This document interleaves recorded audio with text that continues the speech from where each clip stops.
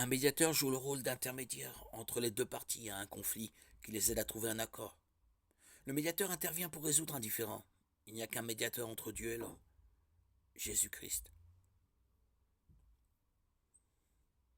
Pourquoi Jésus est notre médiateur et pourquoi nous sommes perdus si nous cherchons à nous représenter nous-mêmes devant Dieu? Rappelons-nous que Dieu est en conflit avec nous à cause de notre péché, qui est décrit dans la Bible comme la transgression de la loi de Dieu, 1 Jean 3,4, et un acte de rébellion contre Dieu, Deutéronome 9,7, Josué 1,18.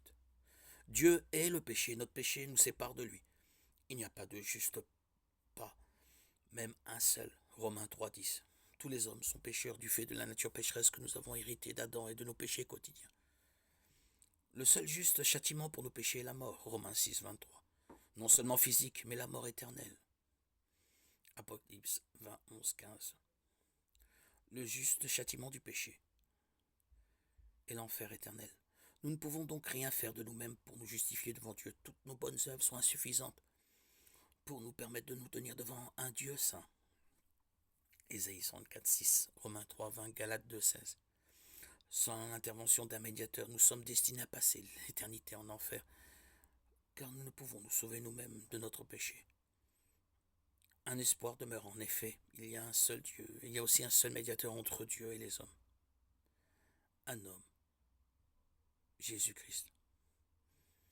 1 Timothée 2, 5. Jésus représente tous ceux qui ont mis leur confiance en lui devant le trône de grâce de Dieu. Il prend notre défense comme un avocat qui dit au juge « Votre honneur, mon client est innocent de toutes les accusations contre lui. » C'est notre cas.